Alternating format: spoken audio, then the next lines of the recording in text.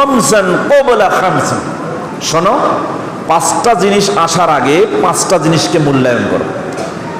পাঁচটা জিনিস আপনার জীবনে আসবেই, সেটা আসার আগে আরো পাঁচটা জিনিস আসবে, সেই পাঁচটাকে মূল্যায়ন করেন। সেটা কি?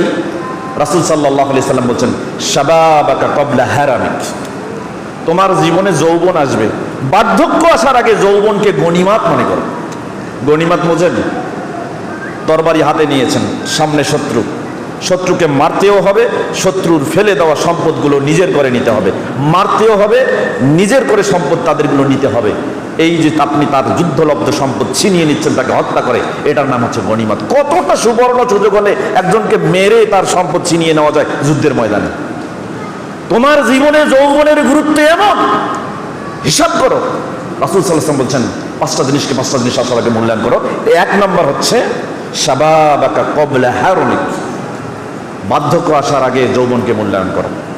ওয়া সিহহাতাকা ক্বাবলা সাকিমিক, ছেলে তোমাকে বলছি একটু ভাবো, সুস্থতাকে মূল্যায়ন করো অসুস্থতা আসার আগে। দেখেন তো আপনাদের এই জীবনে ক্ষুদ্র যে বয়স, এই বয়সে কত মানুষকে মরতে দেখেন নাই? দেখেন নাই? খাটিয়ার মধ্যে উঠেছে, এরকম হাজার হাজার মানুষের জানাজা পড়েছে, এমন ব্যক্তি আছে না? নাই? আছে না? আমি দেখেছি 31st নাইট পালন করা একটা ছেলেকে, আমি দেখেছি নিজের জন্মদিন পালন করেছে, রাত্রে ডিজে পার্টি করেছে, পরের দিন সকালবেলা দরজা ভেঙে তার লাশ বের করতে হয়েছে। দুপুরবেলা আমি জানাজা পড়েছি, আমি দেখেছি।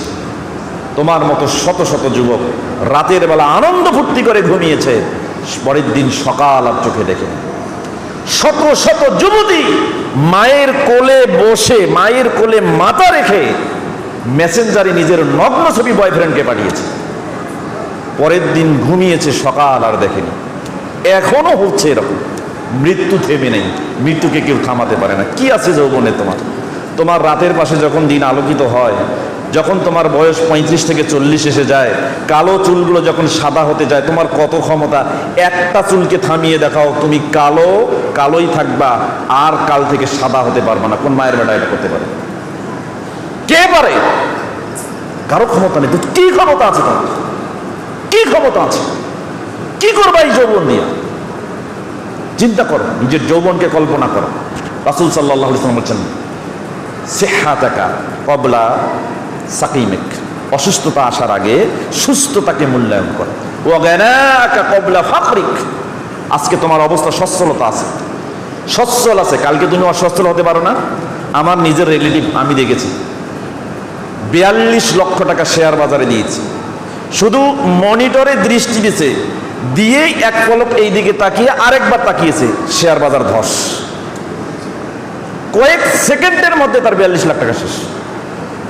তার মানে 30 সেকেন্ড আগে যে ধনী ছিল, 30 সেকেন্ড পরে সে ফকির। কি দিয়ে বোঝাবো আপনাকে? এই জন্য রাসূল সাল্লাল্লাহু আলাইহি ওয়াসাল্লাম বলছেন, গানাকা ক্বাবলা ফাকরিক, তোমার ধনাঢ্য অবস্থাকে মূল্যায়ন করো ফকির হয়ে যাওয়ার আগে, নিঃস্ব হয়ে যাওয়ার আগে, দুস্থ হয়ে যাওয়ার আগে। এরপর রাসূল সাল্লাল্লাহু আলাইহি ওয়াসাল্লাম বলেন, ফারাগাকা ক্বাবলা শাগলিক, আজকে তোমার বেকার অবস্থা আছে। এখানে যুবক অনেকে আছো বেকার, বাপের হোটেলে খাও, খাও না? বাপের হোটেলে খাও, খাও দাও, ফুর্তি করো, ঘুরে বেড়াচ্ছ, বই পড়ছো, যেমন তেমন যেটা যা ইচ্ছা তাই করছো। কিন্তু দেখো, একটু পরেই তুমি ব্যস্ত হয়ে যেতে পারো।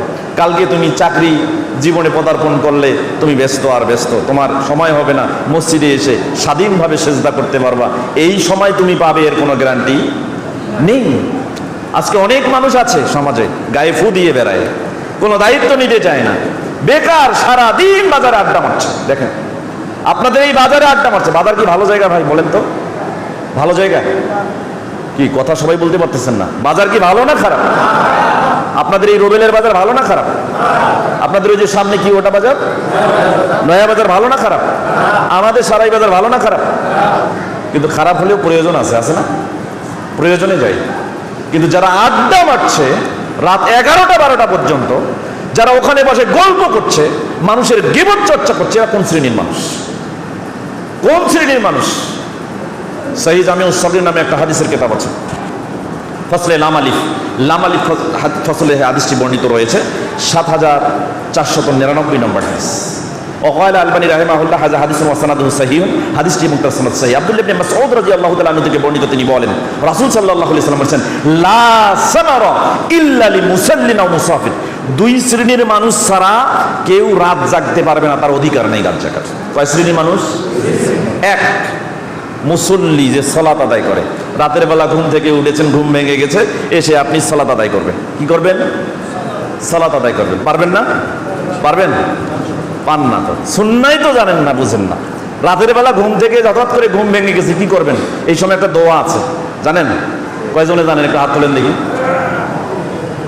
এবার মিলাই নেন দোয়াটা মিলাই নেন আজকে আমি হাদিসটা আলোচনা করেছি বুখারী এবং মিশকাত দুটি হাদিসের কিতাবে হাদিসটি মিশকাতুল মাসাবি কিতাবুস সালাত সালাত সংক্রান্ত একটা অধ্যায় রয়েছে এই অধ্যায়ের বাবু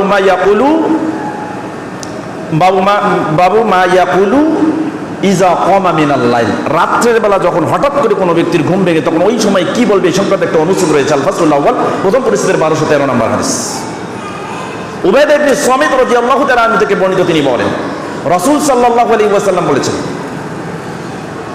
ইজা তাআরা মিনাল লাইল যখন কোনো ব্যক্তির রাতে হঠাৎ করে ঘুম ভেঙে যায় সুম্মা ক্বালা অতঃপর ওই ব্যক্তি বলবে লা ইলাহা ইল্লাল্লাহ ওয়াহদাহু লা শারীকা লাহু লাহুল মুলকু ওয়া লাহুল হামদু ওয়া হুয়া আলা কুল্লি শাইইন কাদির সুবহানাল্লাহি ওয়াল হামদুলিল্লাহ ওয়া লা ইলাহা ইল্লাল্লাহ আল্লাহু আকবার লা হাওলা ওয়া লা কুওয়াতা ইল্লা বিল্লাহ কয়টা দোয়া এটা কয়টা এখানে কয়টা দোয়া হলো তিনটা দোয়া একসঙ্গে পড়বেন সুম্মা ক্বালা এরপরে বলেন রব্বি গফিরলি কি বলবেন রব্বি গফিরলি আও সুম্মা দা অথবা সে কি করবে রব্বি গফিরলি না বললে যে কোনো দোয়া করবে রাসূল সাল্লাল্লাহু আলাইহি ওয়াসাল্লাম কদ উস্তিজুবিরা কদ উস্তুজিবা সে যা দোয়া করবে আল্লাহ সব কবুল করবে সুবহানাল্লাহ এরপরে রাসূল সাল্লাল্লাহু আলাইহি ওয়াসাল্লাম বলেছেন অথবা ওয়া ইন তাওয়াজ্জা ওয়া সাল্লা যদি সে উজু করে এবং সালাত আদায় করে 2 রাকাত যদি সালাত আদায় করে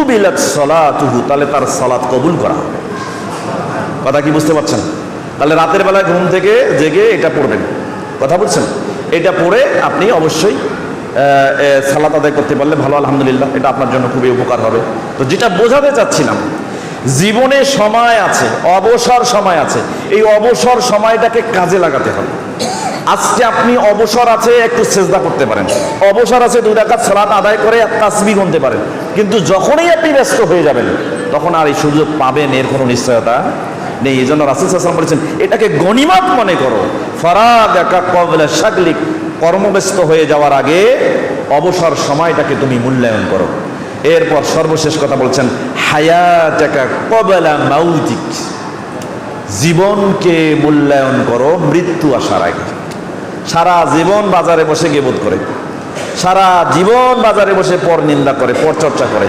বাজারে কাজটা কি ভাই বসে থাকার কি কাজ আছে দোকানদার ছাড়া দোকানদারের বেঞ্চে বসে হোটেলের বেঞ্চে বসে সারা দিন পর চর্চা করছে কিয়ামত পর্যন্ত যদি আল্লাহ আয়ু দেয় যার যার গীবত চর্চা করছেন আপনি যদি মরার আগে তার হাত ধরে গিয়ে তাকে না বলছেন যে ভাই আমি আপনার অনেক গীবত করেছি আপনার নামে অনেক উৎসাহ দিয়েছি ভাই আপনি আমাকে মাফ করে দেন যতক্ষণ পর্যন্ত ওই ব্যক্তি মাফ করবে না ততক্ষণ পর্যন্ত আপনি মাফ কি দেখেন এই জন্য জীবনকে মূল্যায়ন করার কথা বলা হয়েছে কি বলবো আপনাকে আবু বকর ওমর রাদিয়াল্লাহু তাআলা আনহুমা তাদের যে মর্যাদা ছিল কিয়ামতের আগ মুহূর্ত পর্যন্ত তাদের মর্যাদার সমতুল্য কোনো ব্যক্তি এই পৃথিবীতে আর আসবেন না তাদেরকে গোলামের কাছে ফিরিয়ে দিয়েছেন আল্লাহর নবী তারা কি করেছিল দেখেন হাদিসটা 2608 সিলসিলা হাদিসের সহিহের মধ্যে হাদিসটা আসছে তারা দুইজন তাঁবুতে ছিলেন তাদের সাথে একটা খাদেম ছিল আল্লাহর নবী মুহাম্মদুর রাসূলুল্লাহ সাল্লাল্লাহু আলাইহি ওয়াসাল্লাম আরেকটা তাঁবুতে ছিলেন ঘুম থেকে সকালবেলা আবু বকর ওমর রাদিয়াল্লাহু তাআলা আনহু উঠলেন ওঠার পরে দেখলেন যে খাদেম তখনও ঘুমিয়ে আছে তখন তাদের দুইজনের মধ্যে একজন বলছে দেখো ইয়ানামু কা নাউমিন নবী মুহাম্মদিন সাল্লাল্লাহু আলাইহি ওয়াসাল্লাম আরে দেখো আমাদের খাদেম যেভাবে ঘুমাচ্ছে আমাদের নবী যেভাবে ঘুমায় ঠিক সেইভাবে আমাদের খাদেম ঘুমাচ্ছে খাদেম শুনতে পায় না এই কথাটা সে ঘুমিয়ে আছে একটু পরে তাদের দুইজন একজন গিয়ে খাদেমকে ডাকিয়ে দিল দেওয়ার পরে বলছে যাও যে মুহাম্মদ সাল্লাল্লাহু আলাইহি ওয়াসাল্লামকে আমাদের সালাম জানাও এবং বলো আমরা এখনো সকালে কিছু খাইনি, তরকারি দিবে, সেই তরকারি নিয়ে এসে আমরা খাবার খাবো। খাদেম গেলেন, নবী সাল্লাল্লাহু আলাইহি ওয়াসাল্লামকে সালাম দিলেন, দেওয়ার পরে বলছেন আবু বকর ওমর রাদিয়াল্লাহু তাআলা আনহুমা তারা দুজনে আমাকে পাঠিয়েছে আপনার নিকটে, তরকারি কি আছে আপনার তরকারি দেন, তরকারি নেওয়ার জন্য পাঠিয়েছে। রাসূল সাল্লাল্লাহু আলাইহি ওয়াসাল্লাম তার কথা শুনেই বললেন যে যাও তাদেরকে গিয়ে বলো যে তারা তরকারি খেয়ে নিয়েছে। কি খেয়ে নিয়েছেন? তরকারি খেয়ে নিয়েছে, যাও। এরপর খাদেম গিয়ে বলল আবু বকর ওমর রাদিয়াল্লাহু তাআলা আনহুমাকে যে আপনারা তরকারি খেয়ে নিয়েছেন, রাসূল সাল্লাল্লাহু আলাইহি ওয়াসাল্লাম কথা বললেন। তারা দৌড়ে ছুটে আসলেন, আসার পরে বলছেন ইয়া রাসূলুল্লাহ সকালবেলা ঘুম থেকে ওঠার পরে এখনো কিছু খাই নাই, আর আপনাকে খাদেম পাঠিয়েছে, আপনি বলেছেন আমরা তরকারি খেয়ে নিয়েছি। তখন আল্লাহ নবী বলেছেন আল্লাহি ইন্নী আরা, নিশ্চয়ই আমি দেখতে পাচ্ছি, আলা আনিয়াবিকুমা লাহমা, তোমাদের দাঁত আনিয়াব দাঁতের মধ্যে গোশত লেগে থাকা আমি দেখতে পাচ্ছি। আল্লাহ নবী কসম করে বলতেছে। তারা দুইজন ভীত হতেন, শঙ্কিত হলেন, তারা বুঝতে পারলেন আসলে কি হয়েছে। নবী সাল্লাল্লাহু আলাইহি ওয়াসাল্লামের কাছে ওহী হয়েছে, তিনি বুঝতে পেরেছেন। তারা বললেন আল্লাহ নবী আপনি আমাদের জন্য আল্লাহ সুবহানাহু ওয়া তাআলার কাছে ক্ষমা প্রার্থনা করেন যেন আল্লাহ আমাদেরকে ক্ষমা করে দেন। রাসূল সাল্লাল্লাহু আলাইহি ওয়াসাল্লাম বললেন লা আমলিকু লাকুমা মিনাল্লাহি শাইয়্যা, এই মুহূর্তে এই বিষয়ে তোমাদের দুইজনের ব্যাপারে আমার কোনো ক্ষমতা নেই। তোমরা ফিরে যাও তোমার গোলামের নিকটে, তোমাদের গোলামের নিকটে, সে যদি তোমাদেরকে ক্ষমা করে তাহলেই তোমরা ক্ষমা পেয়ে যাবে। কি দিয়ে বুঝাবো আপনাকে? আবু বকর ওমর রাদিয়াল্লাহু তাআলা আনহুমা তারা দুজন যদি গীবত বুঝে না করার পরেও গীবত হয়ে গেছে, আর আপনি সারা দিন বুঝে বাজারে বসে গীবত করছেন, এটা কি হবে? এর হিসাব কি হবে? একটু ভেবে দেখেন। সম্মানিত উপস্থিতি, এই জন্য জীবনকে মূল্যায়ন করেন। জীবনের প্রতিটি মুহূর্ত কোন দিকে নিয়ে যাচ্ছেন, কোন দিকে ধাবিত করছেন, এটাকে মূল্যায়ন করেন, এটাকে গনিমত মনে করেন। আপনাকে যেটা বোঝাতে চাচ্ছিলাম এই হাদিস থেকে, শাবাবাকা ক্বাবলা হারামিক, আপনি যৌবনকে মূল্যায়ন করেন বার্ধক্য আসার আগে।